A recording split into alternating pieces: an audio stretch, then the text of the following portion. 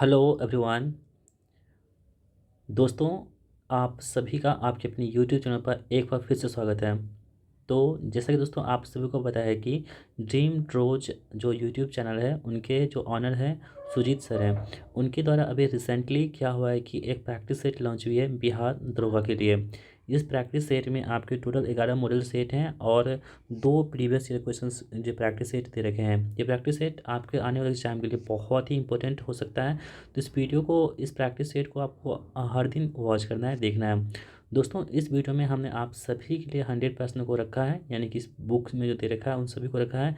देखिए, आपने यूट्यूब पर बहुत सारी वीडियो देखे होंगे, लेकिन उन सभी से वीडियो बहुत ही अलग है, बहुत ही इंपॉर्टेंट है। क्यों इंपॉर्टेंट है? क्योंकि इसमें हमने आप सभी के लिए बहुत अच्छे से और सभी प्रश्नों को अच्छे से डिस्कस किया है। ठीक है। और इस वीडियो को देखने के बाद ना दोस्तों आपको बहुत कुछ सीखने को यहाँ से मिलेगा।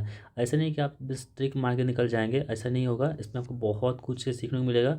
वीडियो बेशक लंबी हो सकती है, कोई बात नहीं है, लेकिन हम आपको पूरी ईमानदारी पूर्वक पूरी कोशिश करेंगे कि यहाँ से बहुत सारी चीज़ें आपको, फैक्ट जो आपको आपके जहन में बैठे, आपको ध्यान में रहे। दोस्तों, इसकी आपको हम पीडीएफ भी प्रोवाइड करते हैं टेलीग्राम पर। यदि आपने हमारे टेलीग्राम को ज्वाइन नहीं किया है तो उसका लिंक हमने इसी वीडियो के डिस्क्रिप्शन बॉक्स में दे रखी है। आप लोग टेलीग्राम को जरूर ज्वाइन कीजिएगा, वहीं पर आपको उसकी पीडीएफ मिलेगी। तो चलिए स्टार्ट करते हैं आज की इस इम्पोर्टेंट प्रैक्टिस सेट को। और पहला सवाल दोस्तों आपकी स्क्रीन पर है। कह रहा है कि हाल ही में समान नागरिक संहिता लागू करने वाला स्वतंत्र भारत का पहला राज्य कौन सा है। देखिए दोस्तों, यहाँ पे आप थोड़ा सा कंफ्यूज नहीं होइएगा। यहाँ पे लिखा है स्वतंत्र भारत का पहला राज्य। ठीक है। देखिए, हालांकि जो समान नागरिक संहिता है ना, इसके बारे में हम बात करें कि ये समान नागरिक संहिता होता क्या है, तो दोस्तों आप सभी ध्यान रखेंगे, जो सभी धर्मों, जातियों, संप्रदाय और वर्गों के लोगों के लिए जो शादी हो गया या तलाक हो गया और उत्तराधिकार होते हैं, वो कानून जो होते हैं वो एक समान होना चाहिए। ऐसा नहीं है कि जो बड़े लोग हैं उसके लिए अलग कानून हो, जो छोटे लोगों के लिए अलग कानून हो, ऐसा कोई व्यवस्था नहीं होनी चाहिए। यानी कि सभी के लिए एक समान कानून होना चाहिए। इसी व्यवस्था को क्या बोलते हैं? समान नागरिक संहिता कहते हैं। ठीक है दोस्तों, ये पहले ऑलरेडी जो है भारत में लागू हुए हुए हैं। कहाँ पे? तो गोवा में दोस्तों। ठीक है, गोवा में लागू पहले से ही है। ठीक है, लेकिन दोस्तों यहाँ पे क्या रहा है कि स्वतंत्र भारत का, यानी जब भारत आज़ाद हुआ था, स्वतंत्र भारत का जो पहला राज्य कौन सा बना है दोस्तों, वो बन चुका है कौन सा? उत्तराखंड बन चुका है। ठीक है, उत्तराखंड जो है ना, वो हाल ही में समान नागरिक संहिता लागू करने वाला स्वतंत्र भारत का पहला राज्य बन चुका है। इस बात को आपको नोट करना है, ये इंपॉर्टेंट है। देखिए, जो उत्तराखंड विधानसभा है दोस्तों, उत्तराखंड विधानसभा, इसके द्वारा जो है ना 7 फरवरी 2024 को, कब? 7 फरवरी 2024 को विशेषज्ञ समिति द्वारा किए गए ड्राफ्ट को पारित किया था। यानी कि आपको पता है कि कोई भी कानून बनने से पहले विधेयक जो है पारित होता है, तो कब पारित हुआ था? 7 फरवरी 2024 को पारित हुआ था। और पारित होने के बाद क्या करते हैं? राष्ट्रपति क्या जी क्या करते हैं? उसमें सहमति देते हैं। और राष्ट्रपति की सहमति के बाद जो है ना 12 मार्च, कब? 12 मार्च 2024, कब दोस्तों? 12 मार्च 2024 को उत्तराखंड समान नागरिक संहिता विधेयक 2024 अधिनियमित पारित हुआ था। ठीक है, तो ये भी आपके लिए इंपॉर्टेंट यहाँ पे हो गया। दोस्तों, यहाँ पे जो है ना लागू हुआ था कहाँ पे? उत्तराखंड में। देखिए, गोवा भारत का एकमात्र ऐसा राज्य है दोस्तों, ये गोवा है ना, भारत का एकमात्र ऐसा राज्य है जहाँ धर्म, लिंग और जाति की परवाह किए बिना समान नागरिक संहिता यहाँ पे लागू है पहले से। ठीक है दोस्तों, आपने पढ़ा होगा एक आर्टिकल 44, जो हमारे संविधान में आर्टिकल 44 है। इसमें कहा गया है कि राज्य अपने नागरिकों के लिए पूरे भारत में एक समान नागरिक संहिता लागू करने का प्रयास करेगा। ठीक है, तो ये सभी बातें आप लोग ध्यान रखेंगे। तो इस प्रकार ऑप्शन डी यानी कि उत्तराखंड हमारे प्रश्न का आंसर हो जाएगा। ठीक है, चलिए बढ़ते हैं अगले प्रश्न की ओर। कह रहा है कि झारखंड विधानसभा में सीटों की संख्या कितनी है।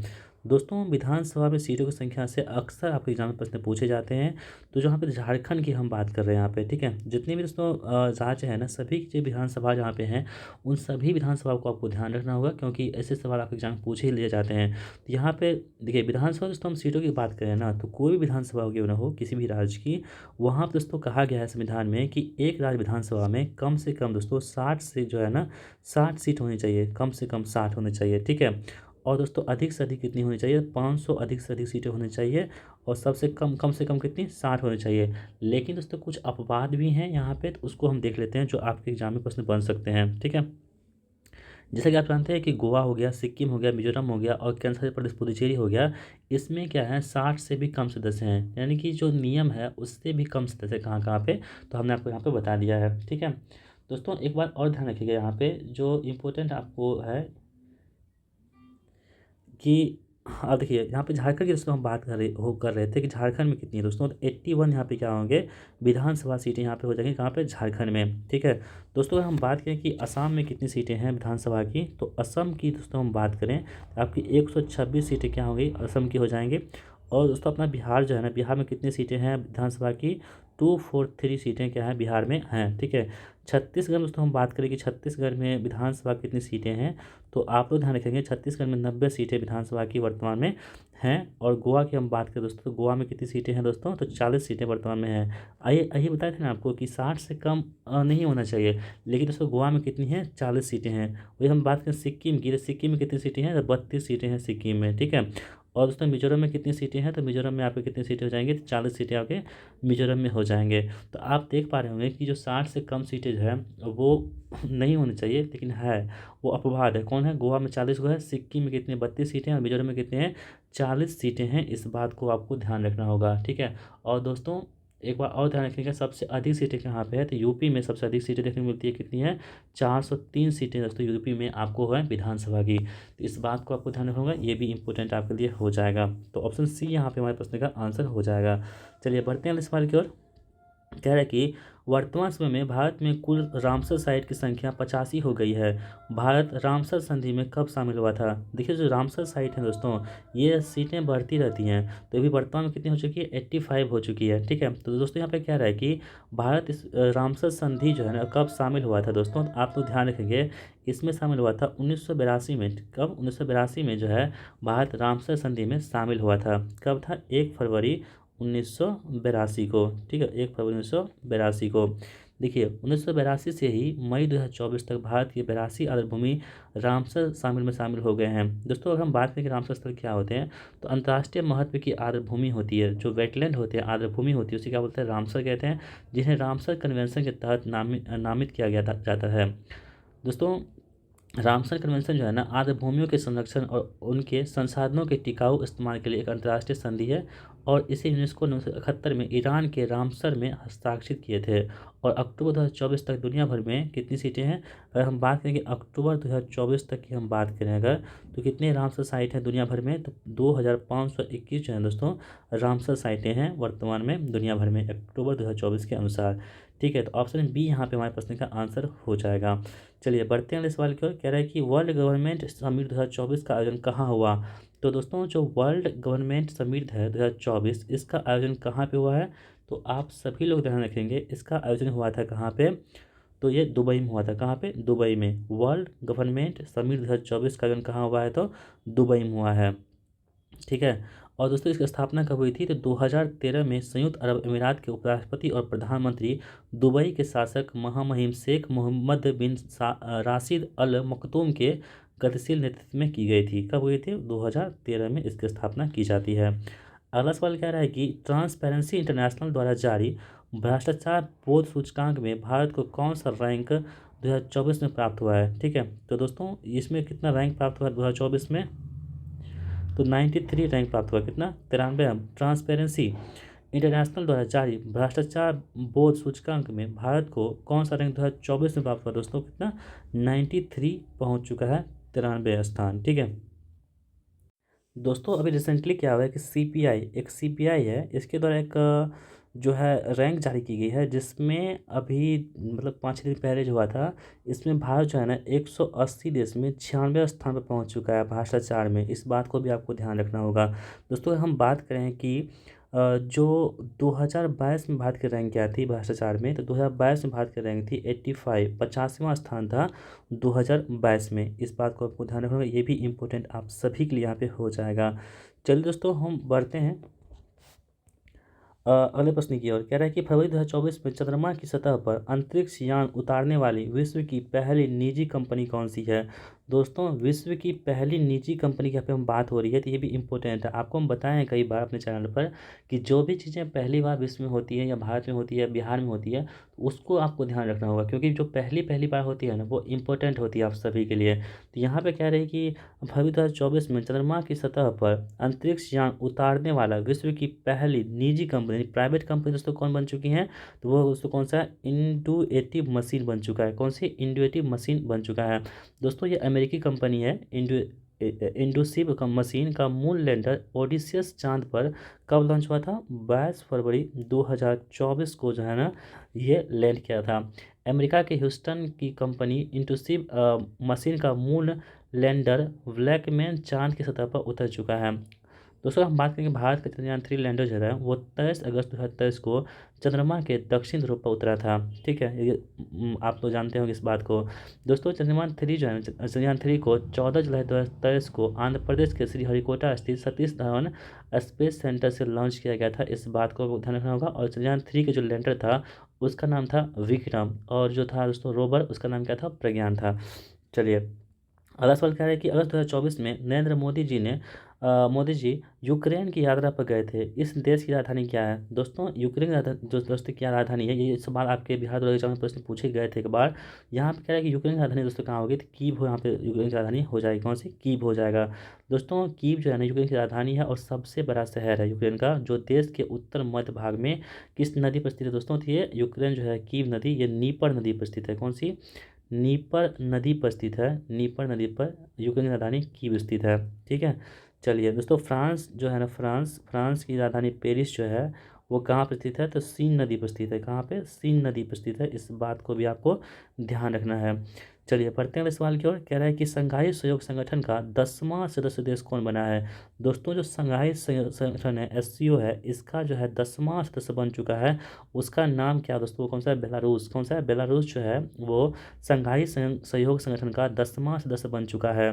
दोस्तों 4 जुलाई 2024 को, कब? 4 जुलाई 2024 को कजाकिस्तान की राजधानी कहाँ पे? आस्ताना में आयोजित एससीओ राष्ट्राध्यक्षों की परिषद की 24वीं बैठक में बेलारूस को एससीओ का 10वां सदस्य बनाया गया था। यानी कि आपसे पूछा जाए कि जो एससीओ का 24वां बैठक हुआ था ये कहाँ पर हुआ था? तो दोस्तों 24वां जो था ये बैठक हुआ था कहाँ पे? तो अफगानिस्तान की राजधानी कहाँ पे है?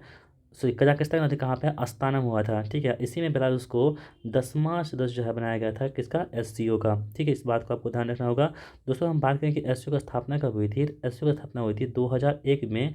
एससीओ की स्थापना होती है कब? 2001 में होती थी। और शुरुआत में इसमें कितने देश थे? शुरुआत में इसमें 6 देश शामिल थे। ठीक है, जब इसका स्थापना हो रही थी उस वक्त कितने देश थे? 6 देश शामिल थे।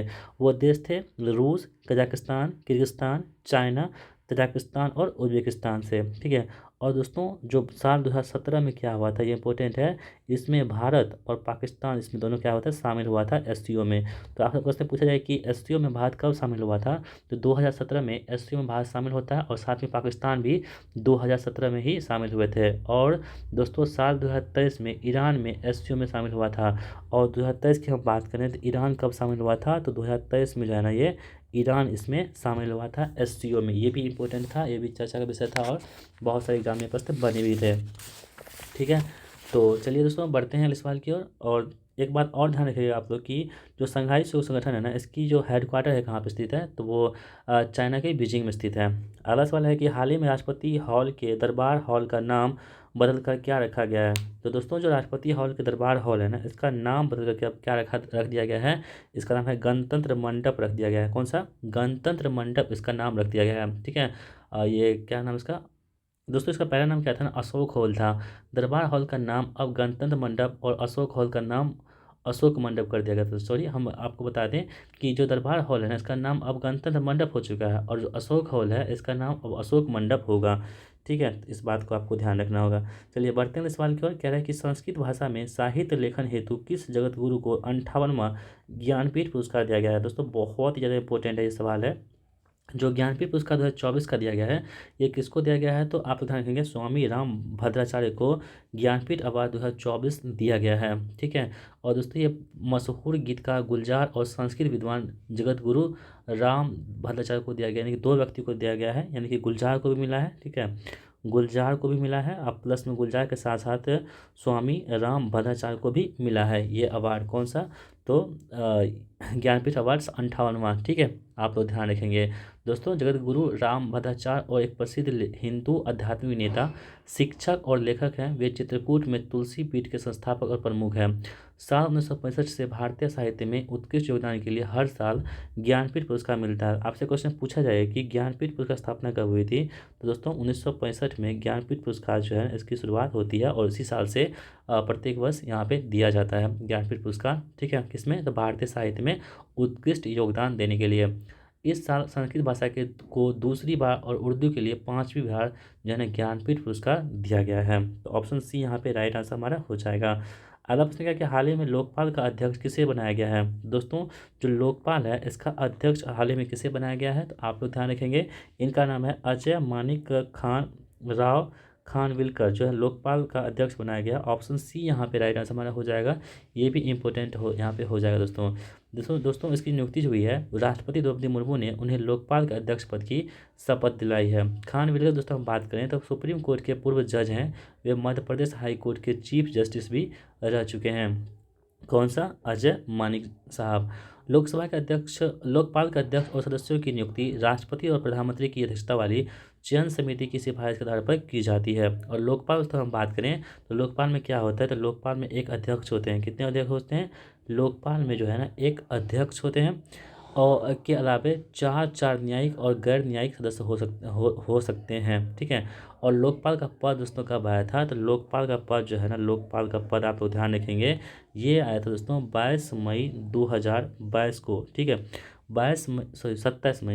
27 मई 2022 को जस्टिस पिनाकी चंद्र घोष के रिटायर होने के बाद से खाली था।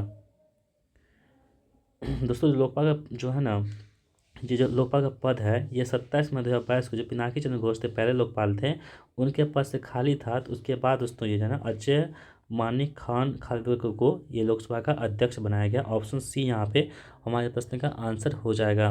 बढ़ते हैं इस सवाल की ओर। क्या है कि हाल ही में मैदान को यूनेस्को की विश्व विरासत सूची में शामिल किया गया है। यह समाधि प्रणाली किस राज्य से संबंधित है, तो हाल ही में जो मैदान को यूनेस्को की विश्व विरासत सूची में शामिल किया गया है। दोस्तों मैदान कहाँ की है, तो ये कहाँ का मोइदम या मोइदम बोलिए या मैदान लिखा हुआ है, तो ये कहाँ का असम का है। ठीक है, कहाँ का असम का। दोस्तों मैदान जो है ना असम के शिवसागर जिले में स्थित ओहोम राजवंश की टीला दफनाने की प्रणाली को यूनेस्को की विश्व विरासत सूची में शामिल किया गया है। और दोस्तों भारत का कौन सा है, तो भारत का 43वां यूनेस्को विरासत स्थल है। दोस्तों 26 जुलाई 2024 को नई दिल्ली में आयोजित यूनेस्को की विश्व धरोहर समिति के 46वें सत्र में इस घोषणा का ऐलान किया गया था। यानी कि यूनेस्को की जो विश्व धरोहर समिति हुई थी 46 नंबर की, वो कहाँ हुई थी, तो न्यू दिल्ली में हुई थी। तो ऑप्शन सी यहाँ पे हमारे प्रश्न का आंसर हो जाएगा। पंकज उदासीन का हाल ही में निधन हो गया है, किस क्षेत्र से संबंधित है। दोस्तों जो पंकज उदासीन है ना ये इसका हाल ही में निधन हो गया है, तो किस जो है क्षेत्र से संबंधित हो जाएंगे। तो पंकज उदास आपने बहुत सुना होगा इसका नाम, चिट्ठी आई है वतन से चिट्ठी आई है आपने सुना होगा दोस्तों। ये कौन थे, पार्श्व गायक थे जिनका हाल ही में निधन हो गया है। ठीक है दोस्तों, भारत देश के पश्चिमी तट पर स्थित गुजरात राज्य के राजकोट शहर में जन्मे एक गजल गायक थे। कौन, पंकज उदासीन। नवीनतम पुस्तक breaking the mould reimagining India's economic future पुस्तक के लेखक दोस्तों कौन यहाँ पे हो जाएंगे, तो आप लोग ध्यान रखेंगे इस पुस्तक के नाम हो जाएंगे रघुराम राजन। उस पुस्तक के लेखक हो जाएंगे जिसका नाम क्या है, breaking the mould reimagining India's economic future. पुस्तक के लेखक कौन है, रघुराम राजन साहब हैं। ठीक है। चलिए अगला सवाल कह रहा है कि कौन सा मिलान सही है। यहाँ पे राष्ट्रीय विज्ञान दिवस 27 फरवरी को है। दूसरा के पास है विश्व कैंसर दिवस 4 फरवरी को है। तीसरा के पास है कि विश्व आर्द्रभूमि दिवस 3 फरवरी का है। और चौथा है विश्व रेडियो दिवस 18 फरवरी को दे रखा है। तो दोस्तों आप लोग ध्यान से देखेंगे इस बात को। तो राष्ट्रीय विज्ञान दिवस है ना 27 फरवरी मनाते हैं, हम कब मनाते हैं 28 फरवरी को प्रत्येक वर्ष है राष्ट्रीय विज्ञान दिवस मनाया जाता है। साथ ही जो विश्व कैंसर दिवस है ये मनाते हैं हम लोग 4 फरवरी को। ये बातें बिल्कुल सही दे रखी हैं। और विश्व आर्द्रभूमि दिवस की हम बात करें दोस्तों, हम कब मनाते हैं 2 फरवरी को विश्व आर्द्रभूमि दिवस मनाते हैं, ना कि 3 फरवरी को। विश्व रेडियो दिवस की हम बात करें अगर दोस्तों, विश्व रेडियो दिवस जो है हम लोग मनाते हैं 13 फरवरी को। कब मनाते हैं, 13 फरवरी को विश्व रेडियो दिवस के रूप में मनाते हैं। इस बात को आपको ध्यान रखना होगा। ऑप्शन बी यहाँ पे हमारे प्रश्न का आंसर हो जाएगा। आदि महोत्सव 2024 का आयोजन कहाँ हुआ है। दोस्तों जो आदि महोत्सव है 2024 वाला, इसका आयोजन कहाँ पे हुआ है, तो आप सभी ध्यान रखेंगे ये हुआ नई दिल्ली में आदि महोत्सव का यहाँ पे आयोजन हुआ है। भारत का सर्वोच्च नागरिक अवार्ड भारत रत्न से किसे 2024 में नहीं सम्मानित किया गया है। तो दोस्तों जो भारत रत्न अवार्ड है 2024 में दिया गया है, इनमें से 4 ऑप्शन दे रखे हैं, इनमें से किसको नहीं दिया गया आपको वो चूज करना है। ठीक है दोस्तों, आप तो ध्यान रखेंगे इस बात को। जो 2024 में ना 5 व्यक्तियों को भारत रत्न की घोषणा की गई है, जिनमें लाल कृष्ण आडवाणी जी हैं। ठीक है, यहाँ पे नहीं दे रखा है तो आप ध्यान रखेंगे लाल कृष्ण आडवाणी जी हैं। ठीक है, लाल कृष्ण आडवाणी हैं, उसके बाद कर्पूरी ठाकुर जी हैं, ठीक है, और चौधरी चरण सिंह भी हैं, ठीक है, एम एस स्वामीनाथन है। जबकि दोस्तों नानाजी देशमुख जो है ना, इनको ये अवार्ड इस बार नहीं मिला है। ऑप्शन डी यहाँ पे हमारे पास का आंसर होगा। देखिए, पहला कर्पूरी ठाकुर जी, दूसरा चरण चरण सिंह, तीसरा स्वामीनाथन और चौथा लाल कृष्ण आडवाणी है, ठीक है। और दोस्तों पांचवा व्यक्ति कौन हो जाएंगे, तो पीवी नरसिम्हा राव हो जाएंगे, पीवी नरसिम्हा राव जी, इनको दोस्तों अवार्ड मिला है, इनको अवार्ड मिला है, ठीक है। तो आप तो ध्यान रखेंगे कि जो भारत रत्न अवार्ड है ना 2024 में कितने व्यक्ति को मिला है, 5 व्यक्ति को मिला है। तो इनमें से जो नानाजी देशमुख है इनको ये अवार्ड नहीं मिला है, ठीक है। चलिए बढ़ते हैं हम लोग अगले प्रश्न को। और क्या है कि दोस्तों एक बात और यहाँ पर आप ध्यान रख सकते हैं, जो भारत रत्न अवार्ड है ना, अभी तक टोटल कितने हैं, 54 व्यक्ति को है ना भारत रत्न अभी तक मिल चुके हैं, 54 व्यक्ति को भारत रत्न भी मिल चुके हैं, ठीक है। और इस स्थापना कब हुई थी भारत रत्न की, 1954 में भारत रत्न की अवार्ड की स्थापना होती है, ठीक है। चलिए, अंकलेश्वर तेल कुआं किस राज्य में स्थित है। दोस्तों अंकलेश्वर जो तेल कुआं है ना, ये किस राज्य में स्थित है, आपको बताना है। आपके पास 4 ऑप्शन है, मध्य प्रदेश है, गुजरात है, उत्तर प्रदेश है, हिमाचल प्रदेश है। तो दोस्तों अंकलेश्वर कहाँ हो जाएंगे, तो गुजरात में यहाँ पे हो जाएंगे अंकलेश्वर, ठीक है। और दोस्तों जो गुजरात है ना, गुजरात के कहाँ पे है, तो गुजरात के भरूच जिला में, कहाँ पे, गुजरात के भरूच जिला में स्थित है। बाबा बुदन की पहाड़ी किस राज्य में लो अयस्क उत्पादन हेतु प्रसिद्ध है। दोस्तों जो बाबा बुदन की पहाड़ी है ना, ये कहाँ पर स्थित है, तो बाबा बुदन की पहाड़ी कहाँ होगी, कर्नाटक में स्थित है। कहाँ पे, कर्नाटक में बाबा बुदन की पहाड़ी स्थित हो जाएगी, ठीक है। और ये कर्नाटक के राज्य के जो पश्चिमी घाट में स्थित पर्वतों का एक श्रृंखला है। यह कॉफी उत्पादन और लौह भंडार के लिए भी प्रसिद्ध है। ऑप्शन सी यहाँ पे राइट आंसर हमारा होगा।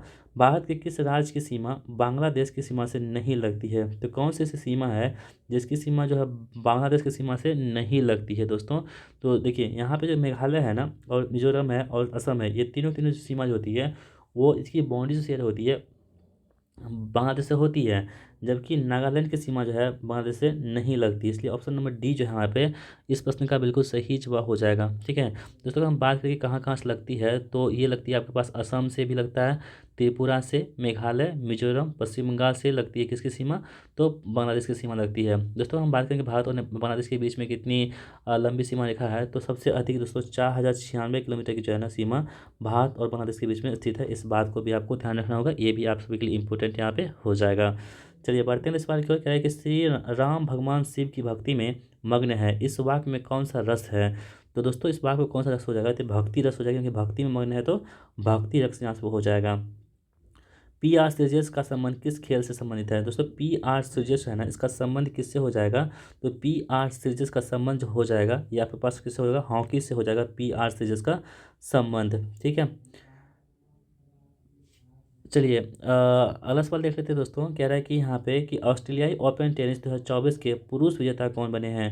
तो ऑस्ट्रेलिया ओपन टेनिस 2024 के जो पुरुष विजेता है, वो पुरुष विजेता कौन बन चुके हैं दोस्तों, उनका नाम है जेनिक सिनर। कौन है, जेनिक सिनर दोस्तों क्या है, ऑस्ट्रेलिया ओपन टेनिस 2024 के पुरुष विजेता यहाँ पे बन चुके हैं, ठीक है। दोस्तों ये जेनिक सिनर जो है ना, ये कहाँ के, इटली के निवासी हैं। कहाँ के हैं, इटली के निवासी है। जेनिक सिनर ने ये अवार्ड खिताब जीत लिया है, ठीक है।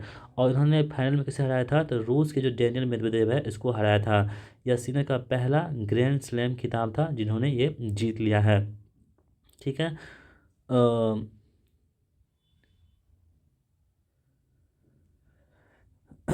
दोस्तों अगर हम बात करें कि जो जेनिक सिनर है ना, ये नोवाक जोकोविच के बाद जो है ना सीनियर सबसे कम उम्र के ऑस्ट्रेलियन ओपन चैंपियनशिप बने हैं। और बोपन्ना ने अमेरिका के राजीव राम के एक अनोखे रिकॉर्ड को भी तोड़ दिया था। चलिए अगला सवाल देख लेते हैं हम लोग। प्रथम बौद्ध महासभा कहाँ आयोजित हुई थी।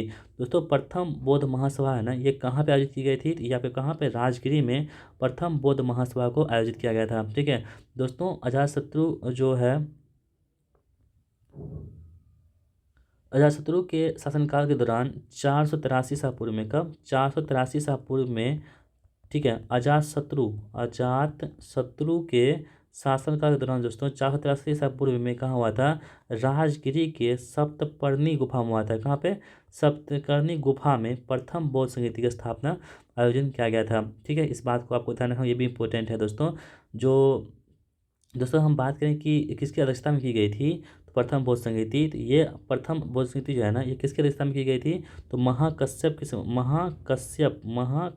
की जो है अध्यक्षता में प्रथम बौद्ध संगीति बुलाई गई थी। ठीक है दोस्तों, हम बात करें कि दूसरी जो बौद्ध संगीति है ना, ये कब होती है?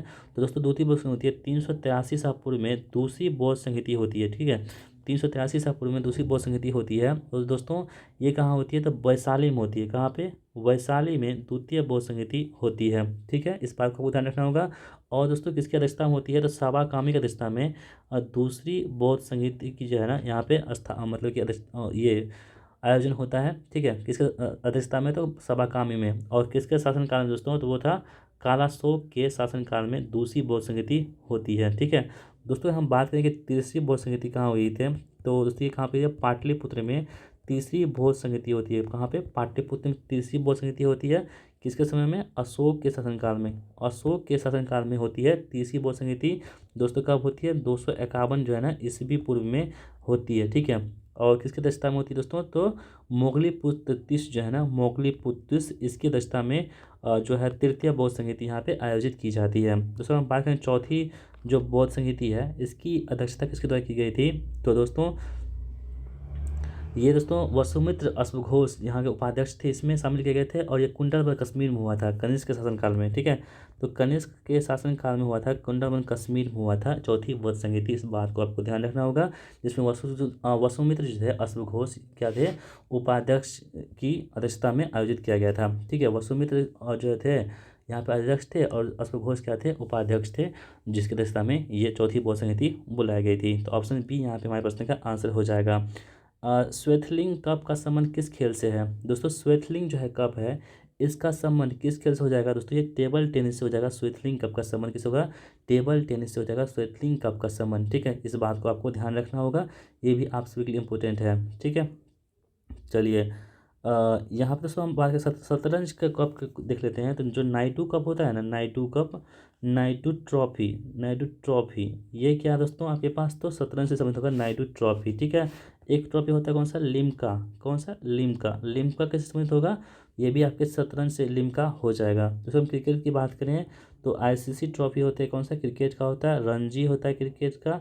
दिलीप ट्रॉफी होता है क्रिकेट का। ठीक है, विजय हजारे ट्रॉफी होता है। सैयद मुश्ताक अली ट्रॉफी होता है। वर्ल्ड टेस्ट चैंपियनशिप होता है। और इसके अलावा आप अभी रिसेंटली चालू होने वाला है कौन सा? तो चैम्पियनशिप ट्रॉफी। ठीक है, चैम्पियन ट्रॉफी, तो इसे भी आप लोग ध्यान रखेंगे। तो चलिए बढ़ते हैं अगले सवाल की ओर हम लोग। कितने किलोग्राम भार वर्ग में अमन सहरावत ने कुश्ती में पेरिस ओलंपिक में कांस्य पदक जीता था? तो अमन सहरावत ने कुश्ती में जो पेरिस ओलंपिक में कांस्य पदक जीता है दोस्तों, वो कितने भार वर्ग में? तो उन्होंने अपने 57 kg में जीत लिया है। ठीक है, दार्शनिक विषयों से संबंधित बौद्ध ग्रंथ का नाम क्या है? तो जो दार्शनिक विषय से संबंधित बौद्ध ग्रंथ है, इसका नाम क्या हो जाएगा? इस बौद्ध ग्रंथ का दोस्तों इसका नाम हो जाएगा, आप लोग ध्यान रखेंगे, अभिधम पिटक। कौन सा? अभिधम पिटक जो है ना, इसका नाम हो जाएगा। चलिए अगला सवाल कह रहा है कि निम्न कथनों पर से कौन सा कथन यहाँ पे सही दे रखे हैं? पहला कथन है कि हड़प्पा का उत्खनन 1921 में किया गया था। दूसरा कथन है आपके पास है कि वर्तमान में हड़प्पा पाकिस्तान में स्थित है। तीसरा कथन आपके पास है कि हड़प्पा ब्यास नदी के किनारे पर स्थित है। और चौथा आपके पास है कि हड़प्पा के उत्खननकर्ता R.D. बनर्जी थे। और पांचवा है छत्रवाला ताम्र रथ हड़प्पा से मिला है। तो दोस्तों आप लोग ध्यान रखेंगे यहाँ पे कौन सा कथन यहाँ पे सही होगा। तो पहला कथन क्या कह रहा है कि हड़प्पा का उत्खनन 1921 में किया गया था, ये बातें यहाँ पे बिल्कुल सही दे रखी हैं। आगे बढ़ते हैं, वर्तमान हड़प्पा पाकिस्तान में स्थित है, ये बातें बिल्कुल सही दे रखी है। ठीक है, यानी कि पहला कथन और दूसरा कथन यहाँ पे सही है, बाकी अन्य कथन यहाँ पे गलत दे रखे हैं। दोस्तों हड़प्पा जो है ना ब्यास नदी पर नहीं है, हड़प्पा जो है ये रावी नदी के तट पर स्थित है। कहाँ पे? रावी नदी के तट पर स्थित है हड़प्पा, इस बात को आपको ध्यान रखना होगा। और हड़प्पा के जो उत्खननकर्ता कौन थे? तो यहाँ पे आप देखेंगे हड़प्पा उत्खननकर्ता थे, उनका नाम था राय बहादुर दयाराम साहनी। ठीक है, तो यहाँ पे जो है R.D. बनर्जी यहाँ पे नहीं होंगे, तो इस बात को आप ध्यान रखेंगे, ये भी इंपॉर्टेंट आपके लिए यहाँ पे हो जाएगा। तो चलिए दोस्तों बढ़ते हैं सवाल की ओर। कह रहा है कि नगरों में असहयोग आंदोलन के संबंध में निम्नलिखित में से कौन से कथन सही नहीं है? ठीक है, तो यहाँ पे कथन 3 कथन दे रखे हैं, कौन सा कथन यहाँ पे सही नहीं होगा आप लोग ध्यान से देखेंगे। तो पहला कथन कह रहा है कि आंदोलन में केवल उच्च जातियों और अमीरों ने भाग लिया था। पहला कथन दोस्तों यहाँ पे क्या है? सही नहीं है। ठीक है, पहला कथन यहाँ पे सही नहीं है।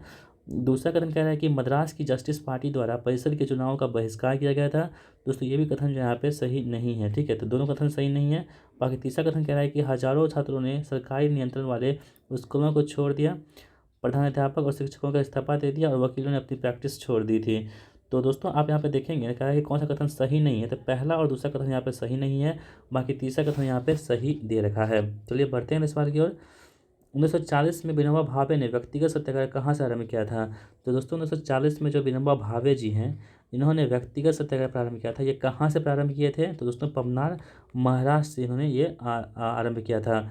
भारत छोड़ो प्रस्ताव की निम्न में से किसने अनुशंसा की थी? दोस्तों जो भारत छोड़ो प्रस्ताव है, इसकी अनुशंसा किसके द्वारा की गई थी? आप लोग ध्यान रखेंगे, जवाहरलाल नेहरू जी के द्वारा जो है ना भारत छोड़ो प्रस्ताव की अनुशंसा की गई थी। इस बात को आपको ध्यान रखना होगा, ये भी इंपॉर्टेंट है।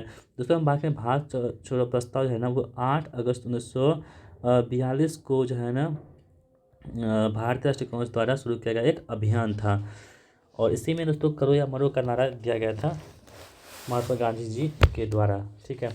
चलिए अगला सवाल कह रहा है कि किस स्वतंत्रता संग्राम सेनानी ने लाठी और अखाड़ा क्लब की स्थापना किया था?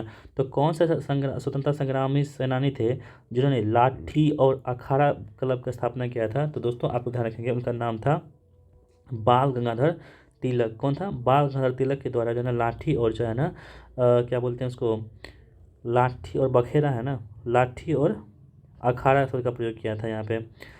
अगला है कि इनमें से कौन सा सही सुमृत है, पुस्तक है और उसके लेखक हैं? पहला पुस्तक है कि किताब उल रहला, दूसरा है तुगलक नामा, तीसरा शाहनामा और चौथा है तहकीक ए हिंद, ठीक है। तो दोस्तों आप ध्यान से देखेंगे तो पहला कथन यहाँ पे दे रखा है कौन सा, किताब उल रहला, ये किसने लिखा था? इब्न बतूता ने लिखा था, बिल्कुल सही दे रखा है दोस्तों। और जो तुगलकनामा है ना, ये जियाउद्दीन ने लिखा था, ये दोस्तों यहाँ पे गलत दे रखा है तुगलकनामा। और शाहनामा लिखा था किसने? फिरदौसी ने, ये भी सही दे रखा है। तहकीक हिंद अकबर ने लिखा था, ये भी गलत दे रखा है। यानी कि पहला और तीसरा कथन सही दे रखा है, बाकी अन्य कथन यहाँ पे गलत दे रखे हैं। 1857 के विद्रोह के पश्चात ब्रिटिश सरकार ने निम्नलिखित में से किस प्रांत से सिपाहियों का चयन किया था? तो 1857 के विद्रोह के पश्चात ब्रिटिश सरकार ने निम्नलिखित में से किस प्रांत से सिपाहियों का चयन किया था? तो दोस्तों वो प्रांत कौन सा था? सिख और पारसी था, सिख और पारसी था, जहाँ से इन्होंने इसका चुनाव किया था। अगला सवाल क्या है कि हिंदू विधवा पुनर्विवाह का प्रारूप तैयार करने का श्रेय किसे जाता है? दोस्तों हिंदू विधवा पुनर्विवाह का प्रारूप तैयार करने का श्रेय जो है ना किसे दिया जाता है? तो आप ध्यान रखेंगे, लॉर्ड डलहौजी को दिया जाता है, लॉर्ड डलहौजी को। महात्मा गांधी ने भूख हड़ताल की अपनी पद्धति का सर्वप्रथम प्रयोग कहाँ और कब किया था? तो महात्मा गांधी ने भूख हड़ताल की अपनी पद्धति का सर्वप्रथम प्रयोग दोस्तों ये कहाँ किए थे? तो अहमदाबाद में किए थे 1819 में, ठीक है।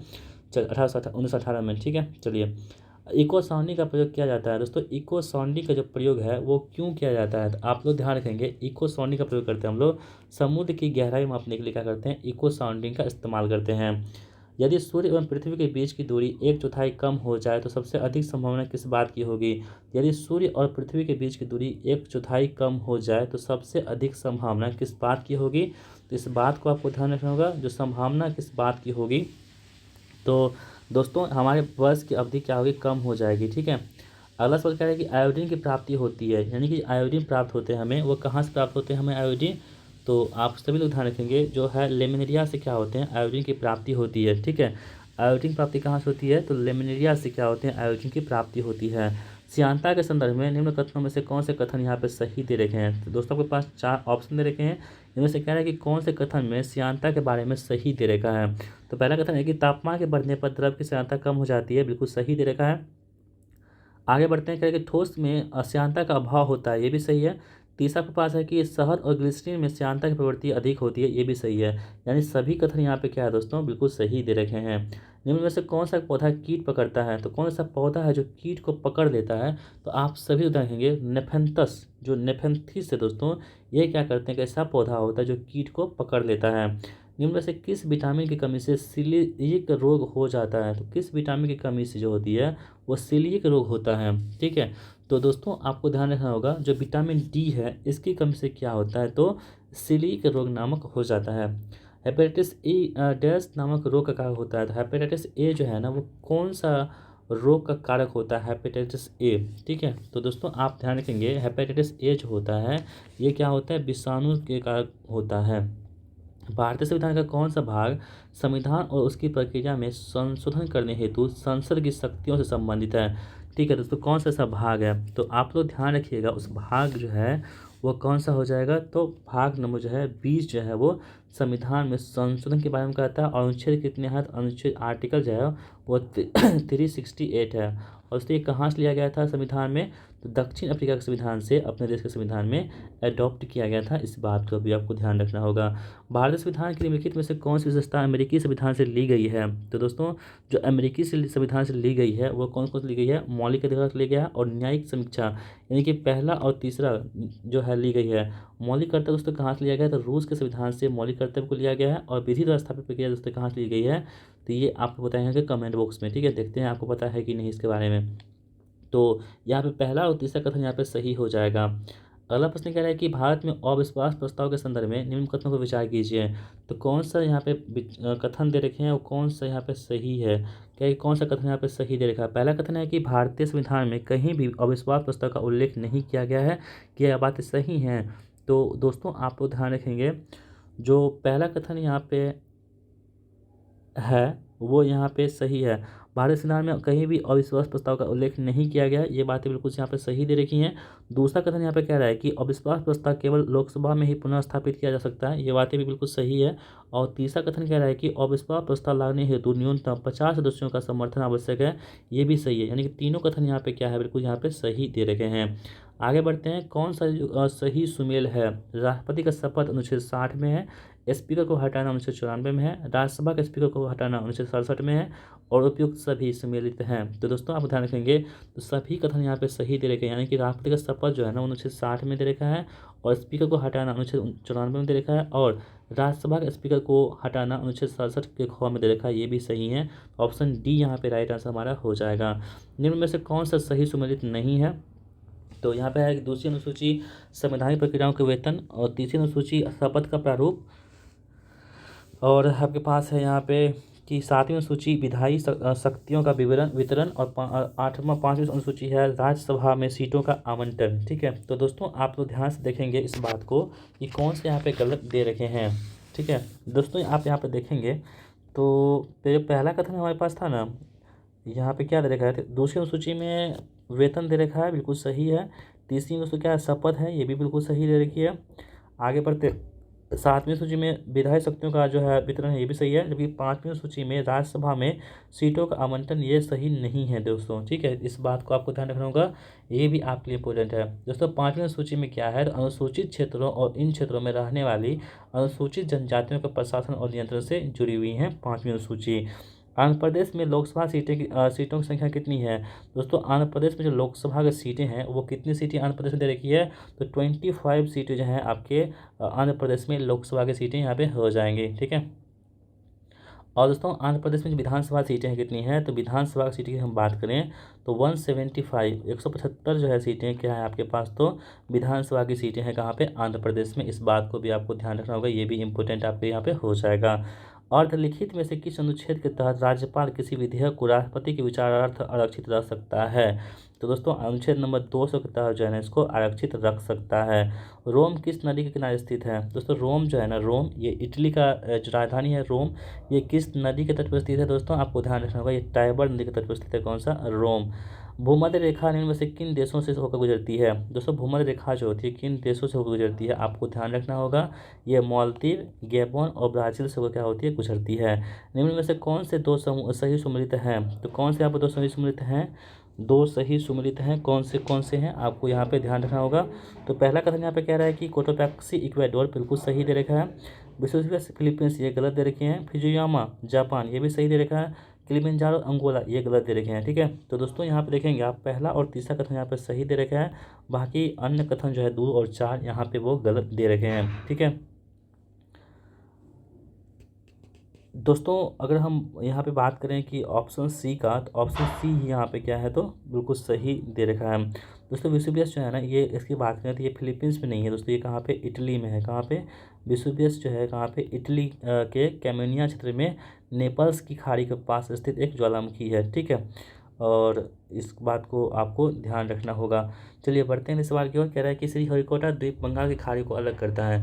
जो श्रीहरिकोटा द्वीप है दोस्तों, ये बंगाल की खाड़ी को अलग करता है। किससे? पुलिकट झील से अलग करता है। ऑप्शन बी यहाँ पे हमारे प्रश्न का आंसर हो जाएगा। मालप्रभा एवं अमरावती किसकी सहायक नदी है? दोस्तों मालप्रभा एवं अमरावती जो है ये किसकी सहायक नदी हो जाएगी? तो आप लोग ध्यान रखेंगे, ये कृष्णा नदी क्या हो जाएगी? सहायक नदी हो जाएगी मालप्रभा एवं अमरावती। काली मृदा के संबंध में निम्नलिखित में से विचार कीजिए। तो काली मृदा के संबंध में कह रहा है कि कथन के बारे में विचार करने के लिए कह रहा है। ठीक है, आप लोग ध्यान से देखेंगे इस बात को। पहला कथन है कि इनमें से इसमें लोहे का अपेक्षित अधिक होते हैं। इसका निर्माण बेसाल्टिक लावा के विखंडन से हुआ है और इसे रेगुल मिट्टी भी कहा जाता है। ठीक है, तो यहाँ पे हम देख लेते हैं कि कौन सा कथन यहाँ पर उपयुक्त कथन चुनने के लिए कह रहा है कि सही कथन कौन कौन से दे रखे हैं। तो यहाँ पे आप देखोगे दोस्तों ध्यान से इस बात को, तो आपको पता चलेगा कि पहला कथन जो है ना यहाँ पे सही दे रखे हैं। इसमें इसका निर्माण बेसाल्टिक लवा के विखंडन से हुआ, ये भी सही दे रखे हैं। और तीसरा आपके पास है कि इसे रेगुल मिट्टी भी कहते हैं, ये इसे कपासी मिट्टी भी कहते हैं। इस बात को भी आपको ध्यान रखना होगा। तो यानी कि तीनों कथन यहाँ पे बिल्कुल सही दे रखे हैं। आगे बढ़ते हैं। निम्न में से कौन सा युग्म सुमेलित नहीं है? रोहतांग दर्रा हिमाचल प्रदेश में है, देवसा दर्रा जम्मू कश्मीर में है, माना दर्रा उत्तराखंड है, नाथुला दर्रा सिक्किम में स्थित है। ठीक है दोस्तों, आप लोग ध्यान रखेंगे, जो रोहतांग दर्रा है हिमाचल प्रदेश में बिल्कुल सही दे रखा है, माना दर्रा उत्तराखंड में है सही है, नाथुला सिक्किम में सही है। लेकिन देवसा दर्रा दोस्तों है ना आपके पास, तो ये जम्मू कश्मीर में, ये जो है देवसा दर्रा जम्मू कश्मीर में नहीं है। बाकी तो ये कहाँ है देवसा? ये आपके हिमाचल प्रदेश में है। कहाँ पे? हिमाचल प्रदेश में आपको देवसा दर्रा देखने को मिलेगा। ठीक है, तो इस प्रकार देखेंगे ऑप्शन नंबर बी यहाँ पे सही जवाब हमारा हो जाएगा। तीनों गोलमेज सम्मेलन में किसने भाग लिया था? तो दोस्तों कौन ऐसे व्यक्ति थे जो तीनों गोलमेज सम्मेलन में भाग लिए थे? तो बी आर अम्बेडकर एक ऐसे व्यक्ति थे जो तीनों गोलमेज सम्मेलन में भाग लिए थे। निम्न में से कौन सा सुमेलित नहीं है? चित्रकूट जलप्रपात इंद्रावती नदी पर स्थित है। दूसरा, जोग या जलप्रपात शरावती पर स्थित है। धुआं कुंड ब्रह्मपुत्र नदी पर है। हुंटू स्वर्णरेखा नदी पर स्थित है। दोस्तों जो धुआं कुंड है ये कहाँ पर स्थित है? दोस्तों नर्मदा नदी पर स्थित है। कहाँ पे? नर्मदा नदी पर स्थित है, न कि ब्रह्मपुत्र नदी पर स्थित है। इसलिए ऑप्शन नंबर सी यहाँ पे हमारे प्रश्न का आंसर हो जाएगा। रानीपुर वन्यजीव अभयारण्य किस राज्य में स्थित है? दोस्तों जो रानीपुर हमारे पास वन्यजीव अभयारण्य है वो किस राज्य में स्थित है? ये उत्तर प्रदेश में आपके हो जाएंगे रानीपुर वन्यजीव अभयारण्य। अगला सवाल है कि निम्न में से किस कॉलेज में गांधी जी ने पढ़ाई की थी? तो दोस्तों कॉलेज का नाम क्या होगा जहाँ पे गांधी जी ने पढ़ाई की थी? तो उसका नाम है श्यामल दास कॉलेज भावनगर। यहीं पे क्या कहते हैं गांधी जी ने पढ़ाई की थी अपनी। काकोरी ट्रेन डकैती कांड में किन क्रांतिकारियों को फांसी की सजा दी गई थी? तो क्रांतिकारी ट्रेन डकैती कांड में जो किन क्रांतिकारियों को फांसी की सजा मिली थी उसका नाम दोस्तों क्या था? राम प्रसाद बिस्मिल और अशफाक उल्लाह खां को जो है ना फांसी की सजा दी गई थी इसमें। अगला है कि बिहार में बहने वाली पवित्र नदी फल्गु निम्नलिखित में से किन नदियों के संगम से बनती है? तो दोस्तों यह है मोहना और लीलाजल नदी के संगम से बनती है। कौन सी? फल्गु नदी जो है मोहना और लीलाजल नदी के क्या होते हैं? संगम से बनती है। ऑप्शन ए यहाँ पे राइट आंसर हमारा होगा। बिहार में तुर्क सत्ता का वास्तविक संस्थापक कौन था दोस्तों? तो बिहार में तुर्क सत्ता का जो वास्तविक संस्थापक कौन था आप लोग ध्यान रखेंगे, उनका नाम क्या था? उनका नाम था मोहम्मद बख्तियार खिलजी। बिहार राज्य का कुल भौगोलिक क्षेत्रफल कितना है? तो दोस्तों आपको ध्यान रखना होगा, जो बिहार राज्य का कुल भौगोलिक क्षेत्रफल हो जाएगा 94,163 वर्ग किलोमीटर यहाँ पे हो जाएगा। बिहार विधान परिषद की पहली बैठक किस वर्ष बुलाई गई थी? तो बिहार विधान परिषद जो है इसकी पहली बैठक जो है किस वर्ष बुलाई गई थी? तो आपको ध्यान रखना होगा दोस्तों 1913 में बिहार विधान परिषद की पहली बैठक को बुलाई गई थी। बिहार विधानसभा में अनुसूचित जाति के उम्मीदवारों के लिए कितनी सीटें आरक्षित हैं? तो बिहार विधानसभा में अनुसूचित जाति के उम्मीदवारों के लिए सीटें आरक्षित की गई हैं, वो 38 सीटें यहाँ पे आरक्षित की गई हैं।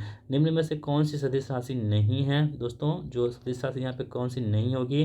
देखिए गति जो होती है ना ये सदिश राशि नहीं है, जबकि वेग, बलाघूर्ण और विस्थापन ये तीनों क्या है आपके पास? सदिश राशि है। गति क्या है दोस्तों? गति जो होती है क्या है आपके पास? अदिश राशि है। ठीक है, इस बात को आपको ध्यान रखना होगा, ये भी आप सभी के लिए यहाँ पे इंपॉर्टेंट हो जाएगा। चलिए बढ़ते हैं सवाल की ओर। कह रहा है कि सही कथन को चुनिए। लाल प्रकाश का तरंगदैर्घ्य बैगनी प्रकाश से कम होता है। दूसरा कथन है कि लाल प्रकाश का तरंगदैर्घ्य बैगनी प्रकाश से ज़्यादा होता है। तीसरा है कि बैगनी प्रकाश का तरंगदैर्घ्य हरे प्रकाश से ज़्यादा होता है। और चौथा है बैगनी प्रकाश का तरंगदैर्घ्य पीले प्रकाश से ज़्यादा होता है। ठीक है, तो दोस्तों आपको इस बात को ध्यान रखना होगा, जो जो ऑप्शन बी हमारे पास है ना, लाल प्रकाश का तरंगदैर्घ्य जो होती है वो बैंगनी प्रकाश से ज़्यादा होता है, ये बात यहाँ पे सही दे रखी है। आगे बढ़ते हैं, आइंस्टीन को नोबेल प्राइज किस कार्य पर मिला था? दोस्तों आइंस्टीन को जो नोबेल पुरस्कार मिला था वो किस कार्य के लिए मिला था, आपको ध्यान रखना होगा। ये जो मिला था दोस्तों इनको प्रकाश विद्युत प्रभाव के लिए, फोटो इलेक्ट्रिक इफेक्ट के लिए इनको नोबेल पुरस्कार दिया गया था। अदरक तना है जड़ नहीं, क्योंकि दोस्तों अदरक जो है ना तना है जड़ नहीं है, क्यों नहीं है, इस बात का आपको ध्यान रखना होगा, क्योंकि इसमें क्या होते हैं नोड और क्या होते हैं एंटी नोड होते हैं। ऑप्शन बी यहाँ पे राइट आंसर हमारा होगा। करवाहट के लिए मानव जीव का संवेदनशील क्षेत्र कौन सा होता है? तो करवाहट के लिए जो मानव जीव है इसका संवेदनशील जो क्षेत्र होता है वो कौन सा होता है, आपको बताना है। वो होता है कौन सा, पीछे का भाग जो होता है वो क्या होता है, रेयर पार्ट जो होते हैं, पीछे का भाग जो होते हैं क्या होते हैं, असंवेदनशील होते हैं करवाहट के लिए। शरीर का तापमान नियंत्रित करता है, जो शरीर का तापमान होता है वो कौन नियंत्रित करता है? दोस्तों आपको ध्यान रखना होगा, जो हाइपोथैलेमस होता है ना, ये क्या करते हैं, शरीर का तापमान को नियंत्रित करने की कोशिश करता है। निम्न में से जैविक उर्वरक का सही उदाहरण कौन सा है? दोस्तों जो जैविक उर्वरक है ना उसका सही उदाहरण कौन सा है, देखिए जो यहाँ पे दोस्तों आप देखेंगे, पहला है आपके पास माइकोरिजियल फंगाई, ये दोस्तों आपके पास क्या है तो जैविक उर्वरक है। और दूसरा आपके पास है कि ब्लू ग्रीन शैवाल, ये भी क्या आपके पास तो जैविक उर्वरक है। यानी कि पहला और दूसरा यहाँ पे कथन सही है, ये दोनों की दोनों क्या है दोस्तों यहाँ पे तो आपके तो जैविक यहाँ पे उर्वरक हो जाएंगे। निम्नलिखित में से कौन से जोड़े सही सम्मिलित हैं, ठीक है, तो यहाँ पर हम देख लेते हैं। एनोक्सिया है, एनोरेक्सिया नींद संबंधी है विकार, अनसोमिया इंसोमिनिया खाने का विकार है, डिस्पेनिया सांस की तकलीफ है, और इंसोमिया गंध की आंशिक या पूर्ण हानि है। तो कौन सा यहाँ पे कह रहा है कि सही उत्तर को चुनिए, कौन सा यहाँ पे सही दे रखा है, इस बात को आपको बताना है, ठीक है। तो दोस्तों यहाँ पर आप देखेंगे ना तो 3 और 4 यानी डिस्पेनिया जो होती है सांस की तकलीफ होती है, ये सही दे रखी है। और इंसोमिया जो होती है गंध की आंशिक या पूर्ण हानि, ये भी होती है, यानी कि 3 और 4 सही है। देखिए जो इंसोमानिया होती है दोस्तों ये नींद संबंधी बीमारी होती है, क्या होती है, नींद संबंधी बीमारी होती है, इंसोमानिया होती है। और एनोरेक्सिया जो होती है वो खाने का विकार से संबंधित होती है, ठीक है। तो इस बात को आप ध्यान रखना होगा, ठीक है। चलिए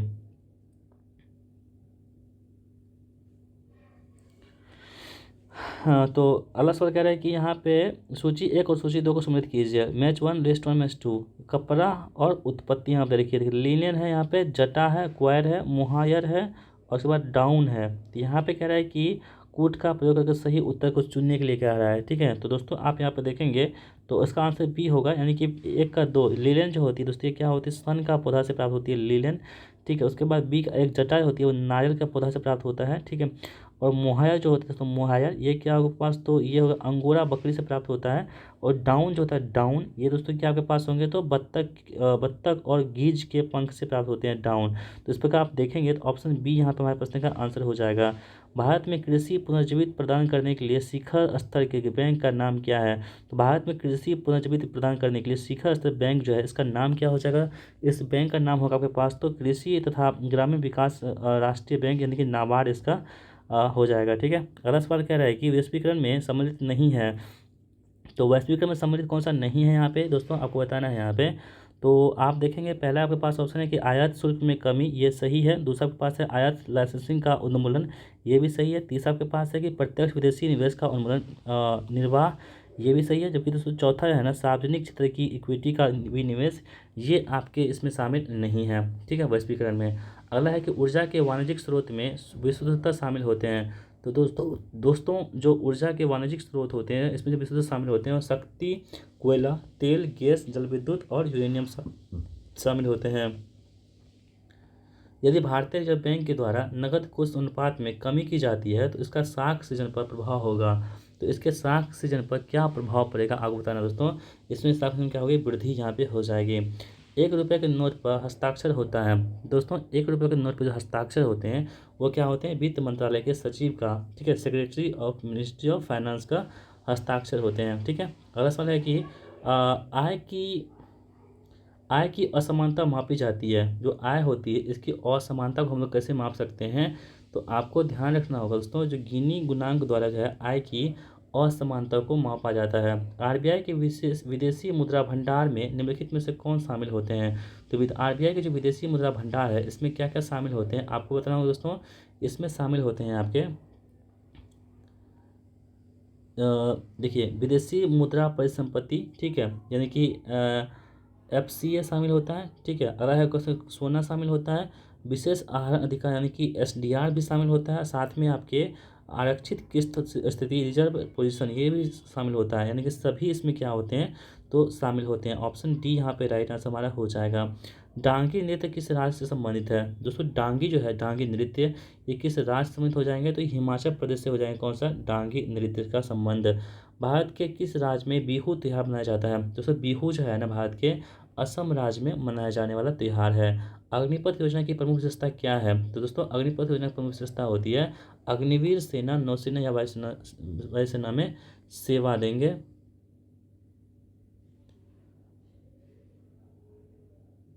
चलिए, अगर सरकार के नियम में से कौन सही सम्मिलित नहीं है?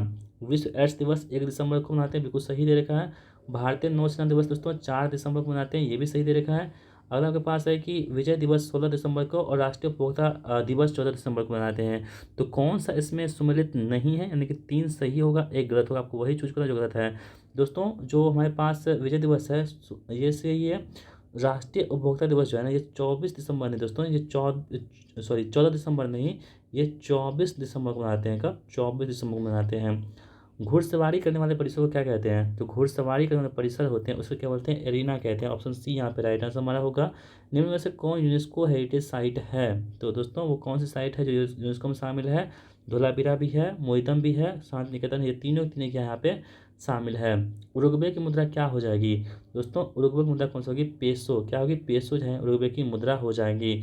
कूनो नेशनल पार्क किस राज्य में है जहां गामिनी नामक चीता ने 5 शावकों को जन्म दिया है? दोस्तों कूनो कूनो कहाँ पे? मध्य प्रदेश में है कूनो। यहाँ पे आपको इंग्लिश का सवाल है, ग्रम्बल का कुछ साइनोनिम बताना है। ग्रम्बल का दोस्तों, ग्रम्बल का साइनोनिम क्या होगा? ग्राउंड हो जाएगा। ऑप्शन सी यहाँ पे राइट आंसर होगा। हिंद महासागर में भारत की नौसैनिक पहुंच एवं संचालन क्षमता में वृद्धि के उद्देश्य से नौसेना का एक नया अड्डा INS जटायु नाम से कहाँ स्थापित किया गया है?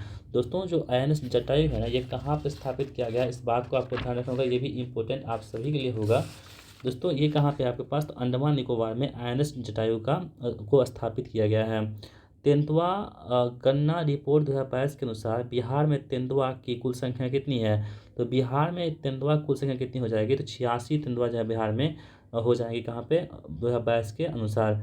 घरेलू ईंधन के रूप में प्रयुक्त LPG में मुख्यतः पाई जाती है। दोस्तों LPG में क्या होती है? ब्यूटेन और प्रोपेन क्या होती है इसमें मुख्य रूप से पाए जाने वाले तत्व होते हैं। वनस्पति तेल से घी बनाने में प्रयुक्त गैस कौन सी है? तो दोस्तों वो गैस कौन सी होती है? वो कौन सा होता है? हाइड्रोजन गैस होती है। कौन सा? Hydrogen gas. चूने का पानी दूधिया किसके द्वारा होता है? तो चूने का जो पानी दूधिया होता है दोस्तों वो किसकी वजह से होता है? आपको ध्यान रखना होगा, कार्बन डाइऑक्साइड की वजह से होता है। आर्गन का परमाणु क्रमांक कितना होता है? जो ऑर्गन होता है इसका परमाणु क्रमांक कितना होता है? तो दोस्तों आपको ध्यान रखना होगा, ये कितने होते हैं? 18 होते हैं। यहाँ पर एक रीजनिंग का सवाल है, एग्जाम का DWZL दे रखा है, ठीक है। उसके बाद यहाँ पे आप देखिएगा तो कॉपी का ये दे रखा है, तो पेज का क्या होगा? देखिए E से 1 कम करेंगे तो D पहुँचेंगे, X से 1 कम करेंगे तो W पहुँचेंगे, -1 हो रहा है तो P में जब -1 करेंगे, P 16 होता है, O 15, O से शुरू होगा हमारा आंसर। O से कहाँ है? सभी में है। एक उल्टा मतलब Z 1 कम, G 7 होता है, 6 कितना होगा? F होगा। E 5 से 1 कम करेंगे 4 D होगा। OZFD, OZFD ऑप्शन बी में दे रखा है। और दोस्तों आज की इस वीडियो का लास्ट सवाल हमारा होगा, 1 और 50 के बीच कितनी अभाज्य संख्याएं दे रखी हैं? तो 1 और 50 के बीच कौन कौन हो जाएंगे? देखिए 2 हो जाएगा, 3 हो जाएगा, 5, 7, 11, 13, 17, 19, 21 नहीं होगा, 23, ठीक है, 29, 31, 37, इसके अलावा 41, 43 और 47। देखिए कितना हो गया? 1 2 3 4 5 6 7 8 9 10 11 12 13 14 15। यानी कि दोस्तों आप दो ध्यान रखेंगे, जो 1 और 50 के बीच अभाज्य संख्या कितनी हो जाएंगी? तो 15 अभाज्य संख्या हो जाएंगे। तो दोस्तों इस प्रकार हमने आप सभी के लिए जो ड्रीम डोज का सेट नंबर 1 था यहीं पे कंप्लीट कर दिया है। उम्मीद करता हूँ वीडियो आप सभी को बहुत ही इन्फॉर्मेटिव लगा होगा। दोस्तों अगर आपको हमारी वीडियो पसंद आ रही वीडियो को लाइक जरूर कीजिएगा और इस वीडियो को अपने दोस्तों के साथ शेयर भी कर दीजिएगा। तो चलिए मिलते हैं नेक्स्ट वीडियो में, तब तक के लिए जय हिंद, वंदे मातरम।